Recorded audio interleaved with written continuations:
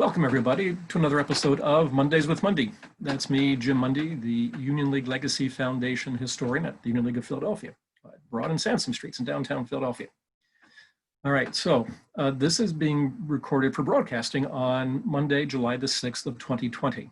157 years ago on July the 6th of 1864, perhaps the most important meeting in Philadelphia took place during the American Civil War. And it was a meeting about recruiting Black soldiers for the Union Army to fight in the war itself. Very contentious and serious issue at the time.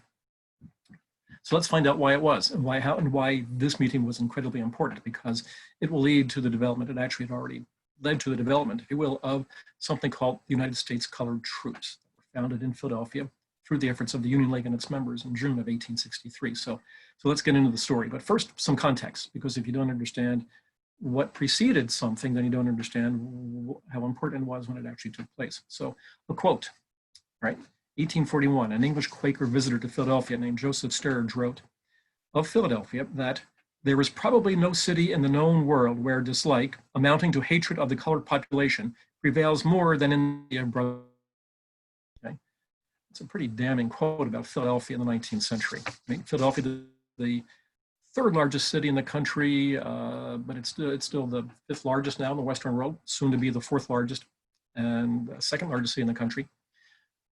It's a metropolis, a thriving, active, vital metropolis. It also had the second largest population of free Black citizens in the country, only after Baltimore. So in Philadelphia, race relations were important. Clearly, they're not good.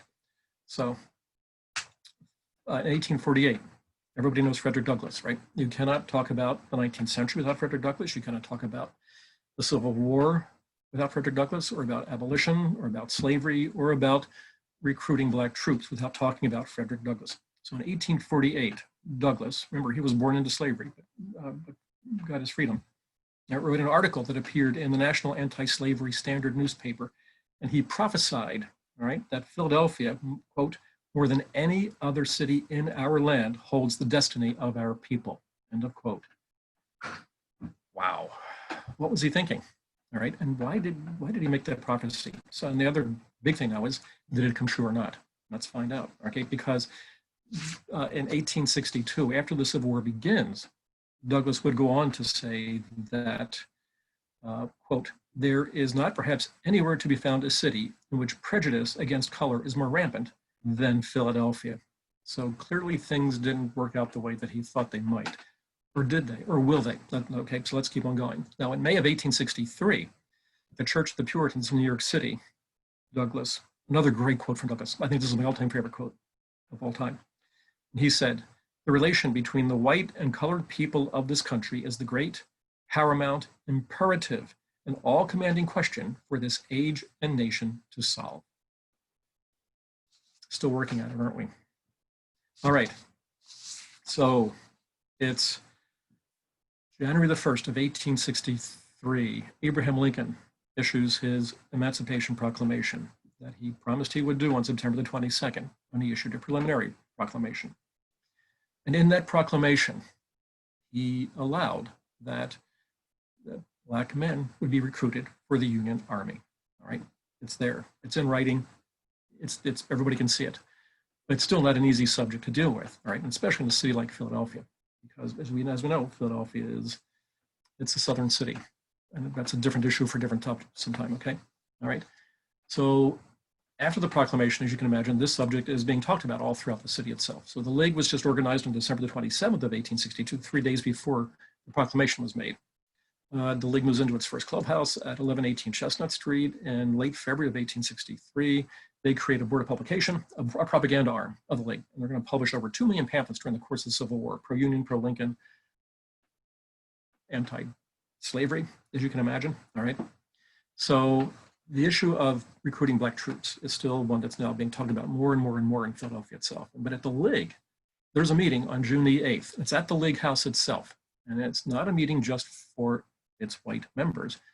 It's a meeting that included some of the best and most well-known Black civil rights activists in the city itself. And these were men who were known to League members, right? They all talk to each other, because among the founding members of the League were some of the great abolitionists in the city.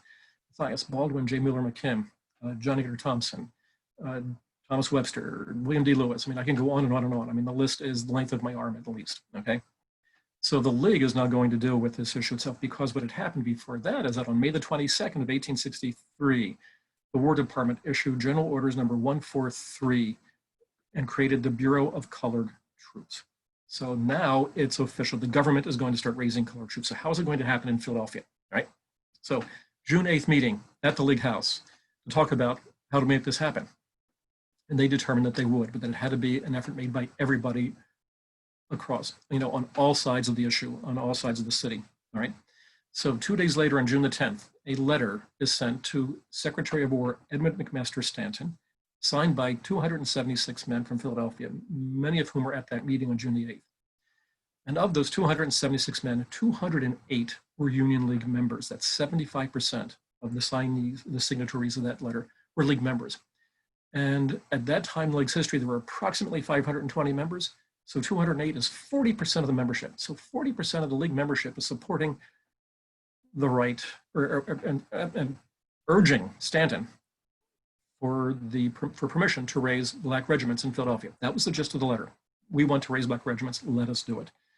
The letter came back on June the 17th, granting permission to raise 3 regiments for 3 years of service, all right? Now, of course, that number would expand over the course of the war itself. But in less than 1 week, the government replies. And so on July the 6th, 17th, they got that permission. All right. So on June the 18th, members of the League create something called the Supervisory Committee for the Enlistment of Colored Troops, okay? The Supervisory Committee for the Enlistment of Colored Troops, right? Eventually, it would be, there would be 60 members on the committee, so not just all League members, but in the beginning, it was League members. They're the ones who founded it. And they rented a house at 1210 Chestnut Street, not even just the next block to the west from the Union League Clubhouse, 1118 Chestnut Street. And I can guarantee you that that was not an accident or coincidence. They did that on purpose because they wanted it close by.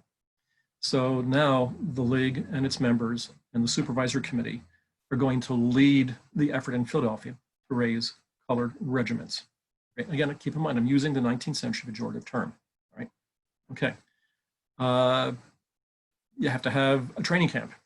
And on June the 26th, the Supervisory Committee opened Camp William Penn. It was the first and the largest training camp during the Civil War for training Black soldiers. Right? So the first training camp for Black soldiers in American military history. Right?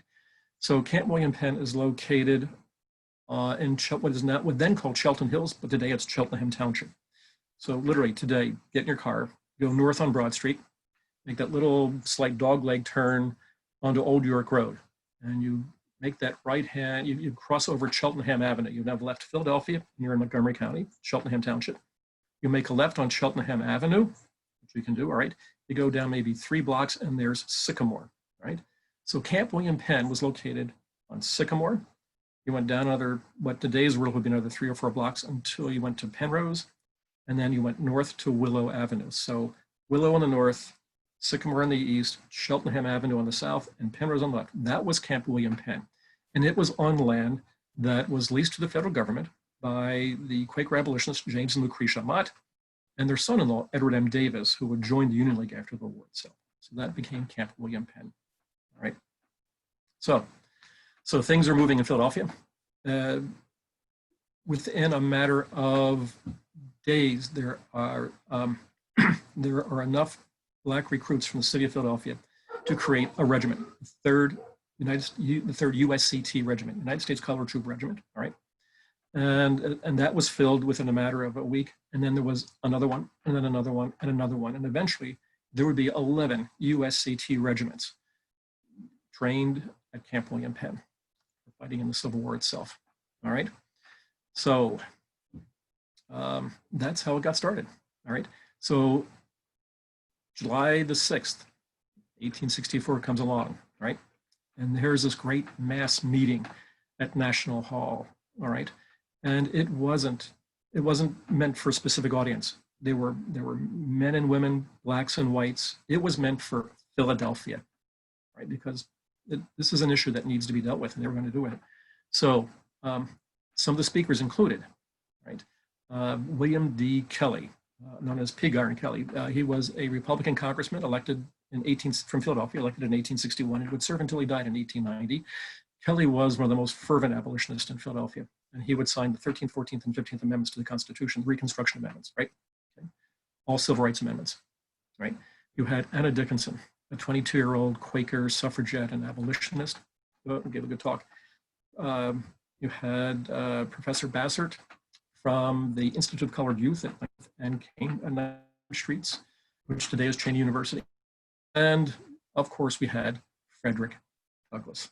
Okay, so Frederick Douglass gave a rip-roaring speech, as you can imagine. But I want to read a quote from that meeting because, to me, this puts the whole thing in a nutshell.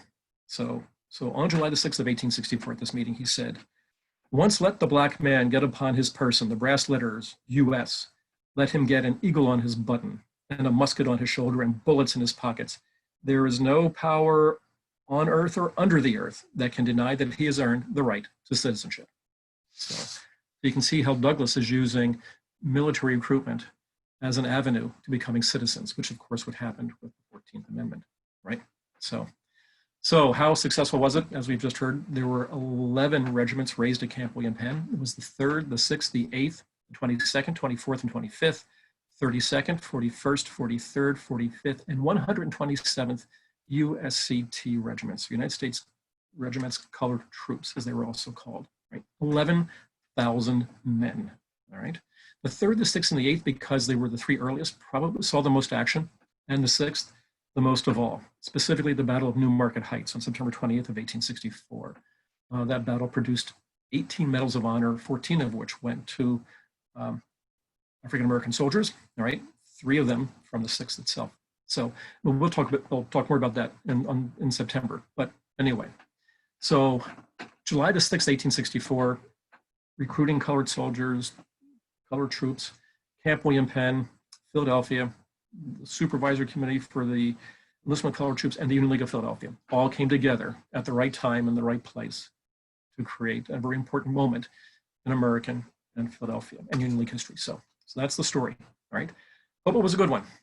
It's one that we never seem to talk about much anymore, but we need to talk more about these kinds of things in our history. So thanks for listening. Thanks for watching. It'll be another week before we do another one. So in the meantime, thanks to the Union League Legacy Foundation for the opportunity to give these talks. I hope you're enjoying them. And in the meantime, stay well and stay safe and be well. See you next time around. Thanks.